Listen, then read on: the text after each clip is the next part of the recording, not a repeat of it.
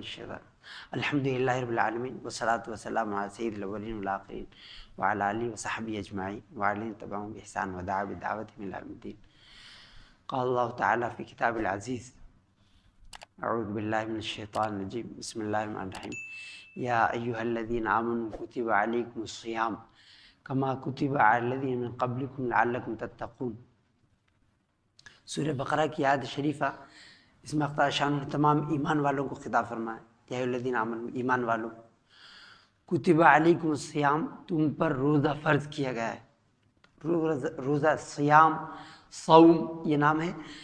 باز رہنے کا، رکے رہنے کا۔ شرعی اصطلاح میں نام ہے صبح، یعنی صبح صادق کے نکلنے سے سورج چھپنے تک، غروب آفتاب تک کھانے پینے جنسی شہوت سے رکا رہنا، نیت کے ساتھ۔ نیت بھی اس میں شرط ہے روزے میں، اگر بغیر نیت کے رکا رہا تو روزہ نہیں ہوگا۔ تو حق شان فرمایا پہلی امتوں میں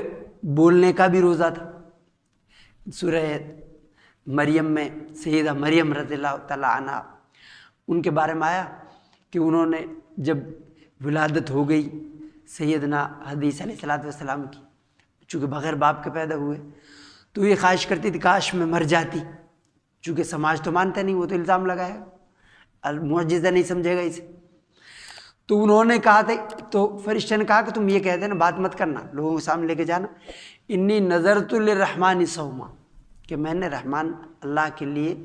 روزہ رکھ لیا ہے، فلن اکلم الیوم انسیا، اس بات کا کہ میں کسی سے بات نہیں کروں۔ لیکن اسلام نے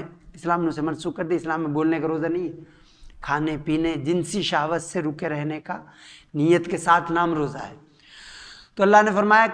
تم پر روزے فرض کیے گئے، کتب علیکم الصیام کما کتب علی الذین من قبلکم، جیسے تم سے پہلی امتوں پر فرض کیے گئے، یعنی یہود پر، عیسائیوں پر، ان کے بھی روزے ہیں، ان پر روزے فرض کیے گئے۔ تو یہ آسانی کے لیے فرمایا کہ یعنی یہ چیز جو یہ حکم ہے، ایسا نہیں کہ صرف تم پر لاد دیا گیا،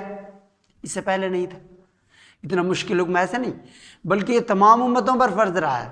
کتب علیکم الصیام کما کتب علی الذین من قبلکم لعلکم تتقون، اور اس کی حکمت بیان فرمایا، اس کی ہزاروں حکمتیں ہیں روزے کی، یعنی جسم کی پاکی، روح کی پاکی،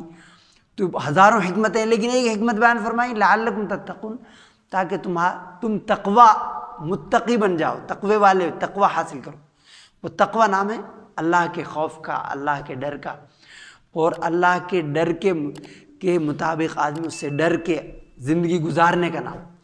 تو یہ ایک مزاج پیدا ہو جائے، یعنی ٹریننگ، اس کی ٹریننگ ہو جائے، آدمی دکان میں ہے تب بھی اللہ سے ڈرے، کم نہ تولے، ڈنڈی نہ مارے۔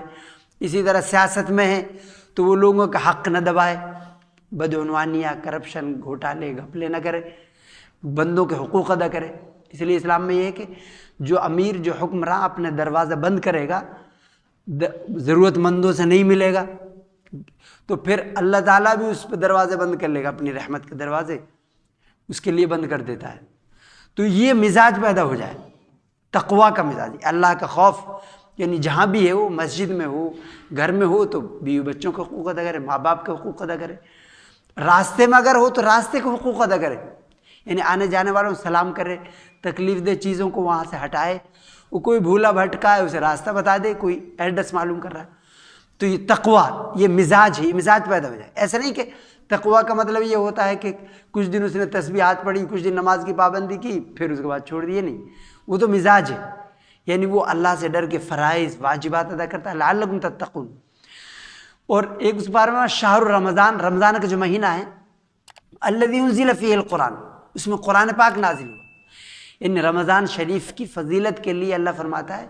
کہ اس کی فضیلت کے لیے اتنا کافی ہے کہ اس میں لیلۃ القدر آتی ہے، شب قدر آتی ہے، اور لیلۃ القدر خیر من الف شہر، وہ 1000 مہینوں سے بڑھ کر، 1000 مہینے تک آدمی ان 84 تقریباً سال تک عبادت کرتا رہے تو ایک رات میں اتنا ثواب اس کا اجر ہے۔ اس میں اعتکاف، آپ صلی اللہ علیہ وسلم اس کی فضیلت حاصل کرنے کے لیے اعتکاف فرماتے ہیں، کبھی کبھی 2 عشرے تک اعتکاف، کبھی پورے رمضان تک لیلۃ القدر۔ تو اس کی رمضان شریف کی فضیلت یہ ہے کہ جنت کے دروازے اس میں کھول دیے جاتے، رحمت کے دروازے، جنت کے دروازے،